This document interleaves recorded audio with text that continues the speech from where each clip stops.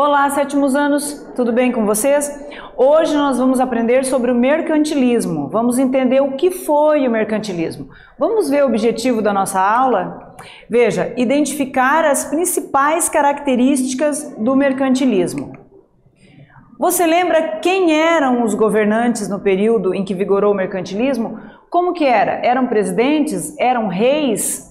Eram chamados países? Ou como que acontecia na Europa isso? Vamos entender. É importante lembrar que o absolutismo e mercantilismo caminham juntos. São duas faces da mesma moeda.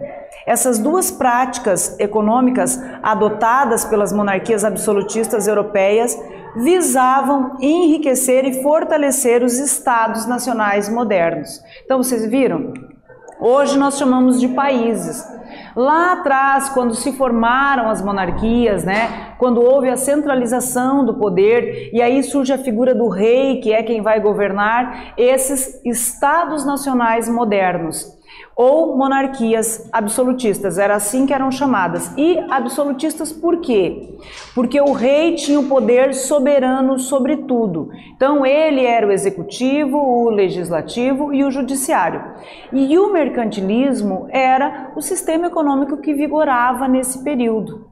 Então, do século XV até o século XVIII, nós vamos falar de mercantilismo. Século XVII, XVIII, até a primeira Revolução Industrial, nós vamos falar então de um sistema econômico que era o mercantilismo, Então veja, entre o século XV e XVIII, as monarquias absolutistas europeias adotaram um conjunto de ideias e práticas econômicas que mais tarde foram chamadas de mercantilismo. Você lembra quais eram as suas principais características? Quais eram as principais características do mercantilismo? Veja, são várias as características, Por quê? Porque, na verdade, naquele período, as monarquias buscavam enriquecer.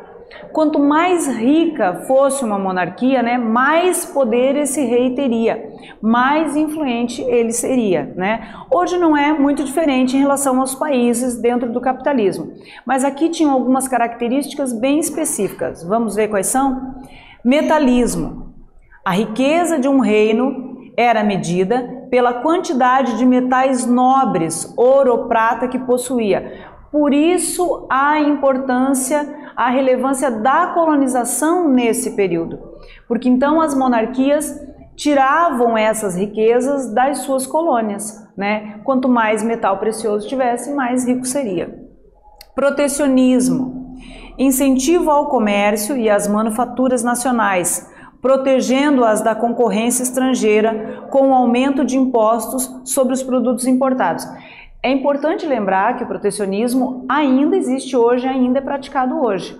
Por quê? Proteger o seu mercado, da mesma forma que era lá. Então, na Inglaterra especificamente, incentivou o surgimento das manufaturas, das primeiras fábricas, indústrias, para que vocês entendam melhor, e aumentava os impostos dos produtos que vinham de fora.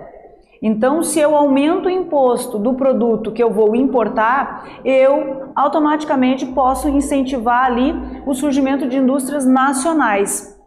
E eu protejo esse mercado. Por quê? Porque as pessoas vão preferir consumir o produto mais barato, uma vez que o imposto daquilo que é produzido dentro do país é mais baixo do que o que vem de fora. Era a mesma dinâmica aqui no mercantilismo. Pacto colonial. As colônias deveriam comercializar exclusivamente com as suas metrópoles. Então, o caso do Brasil, especificamente para vocês entenderem melhor. Então, o Brasil vendia os produtos que eles produziam aqui para os portugueses. Não podia aportar aqui nenhum navio que não fosse de bandeira portuguesa. Dessa forma, a metrópole lucraria mais. Só ela poderia revender para os países com quem ela tinha acordos financeiros diplomáticos. As colônias não. As colônias eram obrigadas a vender para os portugueses, Balança comercial favorável, Diminuição das importações e aumento das exportações, E acumular ouro e prata no interior do reino. Então veja, balança comercial favorável. Quando a gente vê lá no jornal, esse trimestre houve um déficit, ou superávit? O déficit é quando eu importo mais do que eu exporto. Superávit, então, quando eu exporto mais do que eu importei. E aí, quando eu exporto, eu vendo mais do que eu compro, eu tenho uma balança comercial favorável. Eu tenho um saldo positivo na conta da monarquia ou na conta do país, tá? É mais ou menos esse entendimento que vocês devem ter. Vamos para a nossa atividade? Então, veja. Entre os séculos XV e XVIII, as monarquias absolutistas europeias adotaram um conjunto de ideias e práticas econômicas chamado mercantilismo. Quais eram as características desse sistema? Então, veja bem, vocês vão copiar essa questão no caderno de vocês, vão responder a partir do que nós falamos aqui e depois nós voltamos com a correção.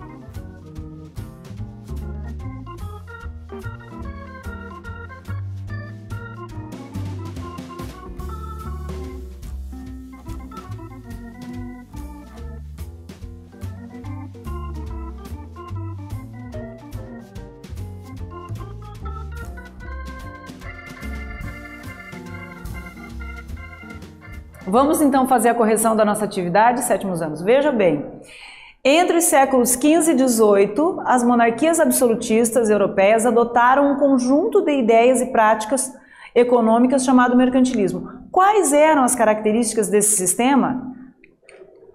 Então veja, as principais características do mercantilismo eram o metalismo, o protecionismo, pacto colonial e balança comercial favorável. Então era importante isso para que esse sistema vigorasse nas monarquias, tá? Aqui nós vamos ver como que se deu então o mercantilismo em cada uma das monarquias mais relevantes da época, tá? Então nós vamos falar do metalismo espanhol. Como que a Espanha desenvolveu o mercantilismo? A Espanha do rei Filipe II predominou então o metalismo, buscou acumular metais preciosos, impondo a exploração do trabalho aos indígenas na América. Veja, a Espanha encontrou as terras que a Espanha colonizou aqui na América, elas eram fartas em metais preciosos, fartas em ouro e prata, e ela obviamente aproveitou disso, né? Então tirava esses metais preciosos daqui e levava para a Espanha, usando a mão de obra indígena. Então ela lançou mão aí da mita e da encomenda, que já era uma forma de trabalho usada pelos indígenas, pelos povos originários aqui, e ela usa, só que usa de forma exploratória para quê? Para tirar os metais preciosos e enriquecer sua monarquia, tá? E aqui o protecionismo francês e inglês. Na França e na Inglaterra predominou o protecionismo. A Elizabeth I, que viveu, né, governou melhor, de 1558 a 1603, empenhou-se em incentivar o comércio inglês. Aumento de impostos de produtos estrangeiros, proteção à indústria naval e à mineração. No caso da Inglaterra, ela organiza a sua armada, né, para proteger o seu território, incentiva a produção nacional e também é fato que ela enriquece nesse período com a pirataria, tá? A França vai se dedicar à produção de produtos exclusivos, artigos de luxo, e proteger esse mercado de artigos de luxo. Então também consegue enriquecer, né, dessa forma, tá? Dessa forma que ela vai utilizar aí desse sistema econômico mercantilismo. Já aqui, ó, o cobertismo francês, né, propunha alcançar uma balança comercial favorável com uma política protecionista, que consistia em subsídios e ajuda à produção. Impulsionou a produção de artigos de luxo para abastecer o mercado europeu. Eu só queria pontuar uma coisa, tá? A França, até hoje, ela mantém essa característica. Dentro do capitalismo agora, mas ela mantém essa característica ainda, também de produtos de artigos de luxo e de protecionismo, ok? Mercantilismo português. A exploração do comércio colonial através do Pacto Colonial e com a ascensão do Marquês de Pombal, que está a imagem dele aqui, né? Já no século XVIII também conseguiu obter algum desenvolvimento manufatureiro. Então Portugal vai usar as colônias para enriquecer através do Pacto Colonial e com o Marquês de Pombal houve ali um incentivo às manufaturas, à produção nacional, mas infelizmente isso não foi para frente porque a Maria I acaba fazendo retrocesso às medidas que ele havia tomado. Tudo bem? Então vamos para a nossa próxima atividade. Cada monarquia adotou medidas mercantilistas que se adequavam à sua realidade. Explique quais as características do mercantilismo português. Então, vocês vão copiar essa questão no caderno de vocês, vão lembrar do que nós acabamos de falar, vão responder e nós voltamos com a correção.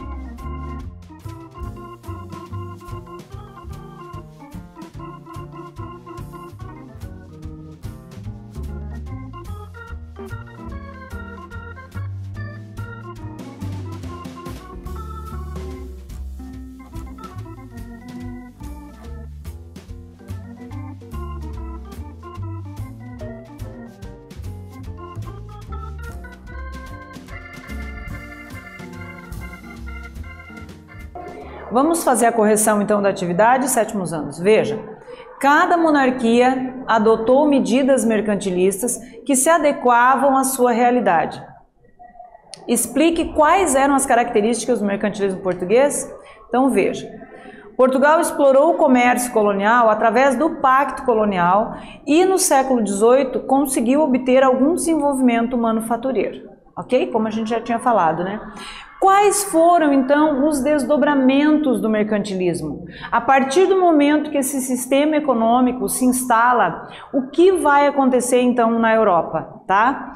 Veja, a obtenção de riqueza no mercantilismo podia se dar a partir de diversas maneiras. O Estado poderia cobrar impostos da população, vender cargos públicos e títulos de nobreza, confiscar bens, ceder privilégios comerciais para um determinado grupo em troca da compensação financeira, né, os monopólios, exportar mercadorias, saquear em contexto de guerra, cobrar taxas alfandegárias, realizar ações de pirataria.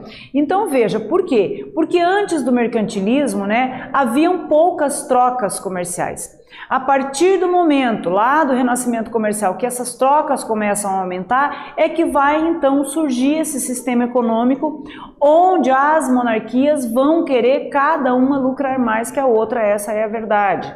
E cada uma vai se desenvolver dentro daquilo que ela dispõe para que ela possa enriquecer.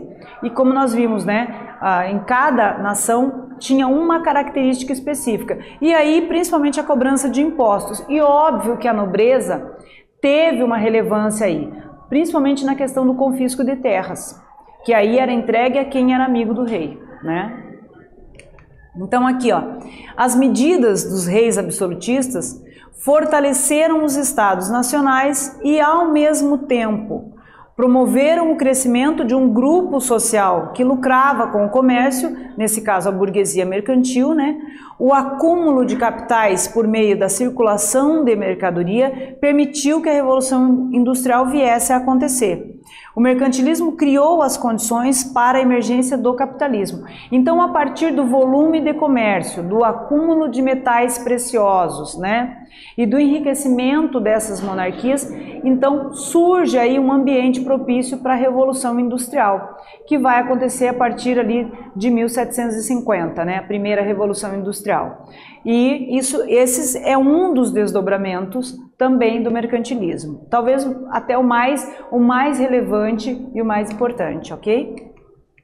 Vamos para a nossa última atividade da aula. Veja, as medidas dos reis absolutistas fortaleceram os estados nacionais. Quais foram os desdobramentos do mercantilismo?